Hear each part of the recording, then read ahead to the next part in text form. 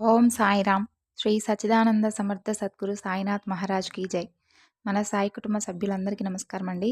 ఎలా ఉన్నారు? ఏం చేస్తున్నారు? మీరందరూ కూడా సంతోషంగా, క్షేమంగా, ఆరోగ్యంగా ఉండాలని, సాయినాథుని యొక్క ఆశీస్సులు మనపై ఎప్పుడూ ఉండాలని మనస్ఫూర్తిగా ఆ సాయిని వేడుకుంటూ ఈరోజు వీడియోను మొదలు పెడుతున్నాను.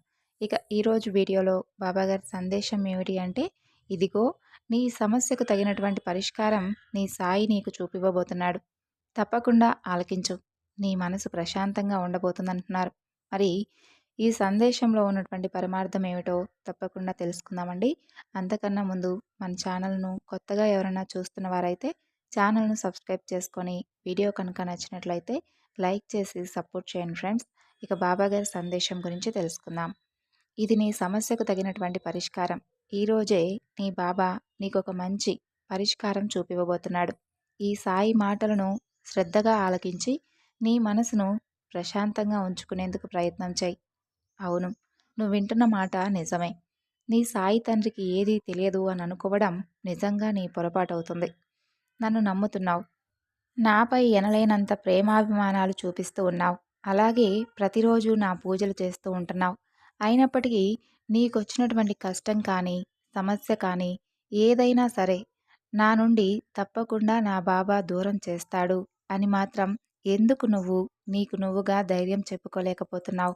ఎందుకు సమస్య వచ్చినప్పుడు అంతగా కృంగి కృషించిపోతున్నావు? నీ బాబాకు నీకు ఏదివ్వాలో, ఏది ఇవ్వకూడదో, ఏది మంచో చెడో తెలియదు అంటావా? నువ్వు నన్ను మనసారా నమ్మినప్పుడు ఇన్ని ఆలోచనలు నీ మనసులోకి ఎందుకు తలెత్తుతున్నాయి? కొన్ని పరిస్థితుల వలన, కొన్ని బాధల వలన నీకు అలా అనిపించడం నేను కాదనడం లేదు.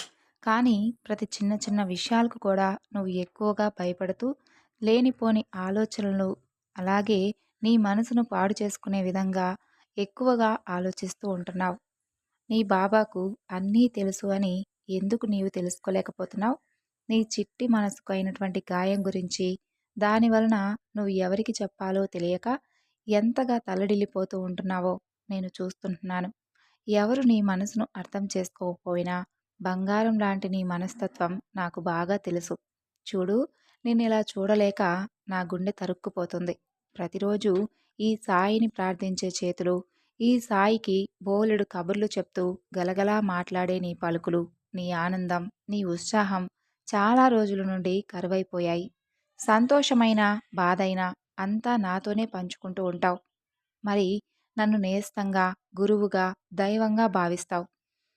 మరి నేను చెప్పే మాటలను ఎందుకు నువ్వు వినడం లేదు? ఎందుకు నమ్మకాన్ని కలిగి ఉండడం లేదు? నేనేదైనా కానీ నీ మంచి కోసమే చెప్తాను. అది కూడా నీ జీవితం పట్ల నాకున్నటువంటి బాధ్యతతో అంతా నేనై నిన్ను చూసుకుంటూ నడిపిస్తున్నాను. జీవితంలో తప్పులు చేయడం ఏ మానవుడికైనా సరే సహజమే. ఎవరైనా చేస్తారు.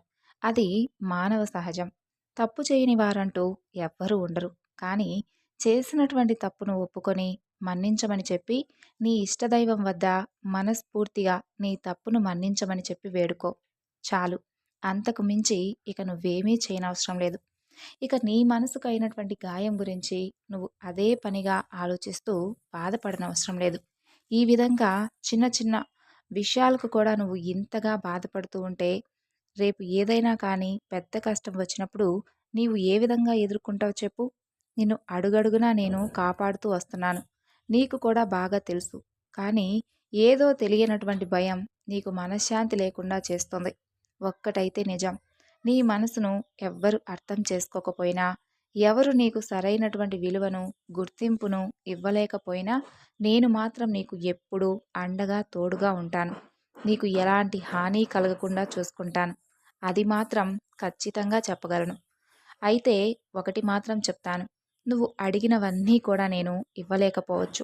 కొన్ని నీకు వచ్చినటువంటి కష్టాలను కావచ్చు, సమస్యలను కావచ్చు తొలగించలేకపోవచ్చు. ఎందుకంటే అవన్నీ కొన్ని నువ్వు అనుభవించవలసినవి ఉంటాయి. వాటిని నేను పూర్తిగా తొలగిస్తే మరలా మరలా నువ్వు అనుభవించవలసి వస్తుంది. అవి కర్మలు కావచ్చు, లేదంటే పూర్వజన్మలో నువ్వు చేసుకున్నటువంటి చిన్న చిన్న పాపాల ఫలితాలు కావచ్చు. కాబట్టి అడిగినవన్నీ ఇవ్వలేనప్పుడు నాపై కోప్పడవద్దు, నన్ను నిందించవద్దు. కొంచెం ఆలోచన చేస్తే చాలు, ఎందుకు బాబా ఈ విషయం పట్ల ఆలస్యం చేస్తున్నాడు అని. ఎందుకు బాబా ఇన్ని రోజులుగా నాకు నేను అడుగుతున్న దానిని ఎందుకు ఇవ్వలేకపోతున్నాడా అని బాగా ఆలోచిస్తే నీకే తప్పకుండా అవగతమవుతుంది. నీ వెంటరాని వాటి కోసం నువ్వు ఎంత పరుగు తీసినా అది ఎండమావుల వెంట పరుగులాంటిదే. ఈ సాయి వంటి రత్నాన్ని పొందావు. అలాంటి మాణిక్యాన్ని పొంది కూడా ఇంకా దిగులు పడతావా? మనకు తగినటువంటి గుర్తింపు లేదు. నన్ను నిర్లక్ష్యం చేస్తున్నారు.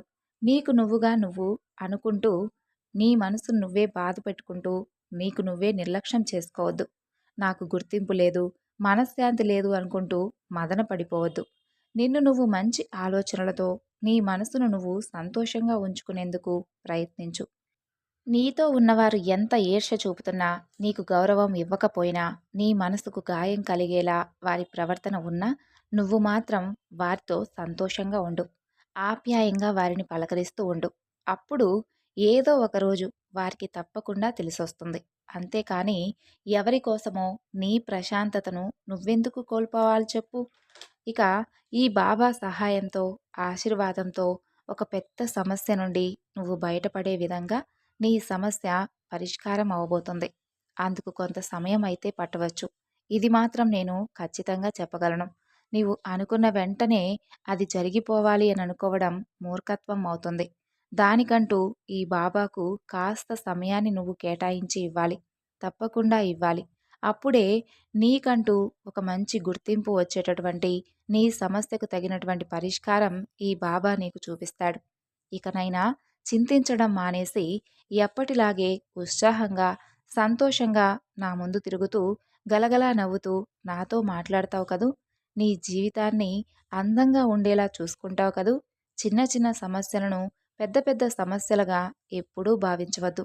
అలా నువ్వు ఎప్పుడైతే భావిస్తావో అవే పెద్ద భారంగా నీ భుజాలపై కూర్చొని నిన్ను సతమతం చేస్తూ ఉంటాయి.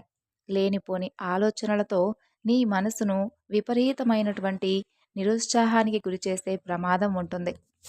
ఈ చిన్నపాటి జీవితంలో ఎక్కువగా ఆనందంగా, సంతోషంగా ఎలా గడపాలా అనే దాని గురించి మాత్రమే ఆలోచించు కానీ, వచ్చినటువంటి ప్రతి చిన్న సమస్యను చూసి భయపడిపోయి, అది నీకు, నీ కుటుంబానికి ఏదో హాని కలిగించే విధంగా మారిపోతుంది అని అనుకోవడం నీ మూర్ఖత్వం అవుతుంది. నేనుండగా నీకు అంతటి కష్టాన్ని నేను కలిగిస్తానా చెప్పు? ఈ బాబా సహాయ సహకారాలు ఎల్లవేళలా నీకు, నీ కుటుంబానికి ఉంటాయని ఎప్పుడూ మర్చిపోవద్దు. ఈ సాయి మీకు ఎప్పుడూ కూడా రక్షణ కవచంగా ఉంటాడని గుర్తుంచుకో. సంతోషంగా ఉండు. తప్పకుండా నీ సమస్యకు పరిష్కారం చూపుతాను. సో విన్నారు కదండి ఈరోజు బాబాగారి సందేశం.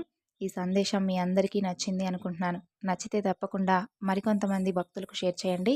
మరొక చక్కని బాబాగారి సందేశంతో మరలా కలుసుకుందాం. అంతవరకు నమస్కారం. ఓం సాయిరాం. సర్వే జనా సుఖినో భవంతు.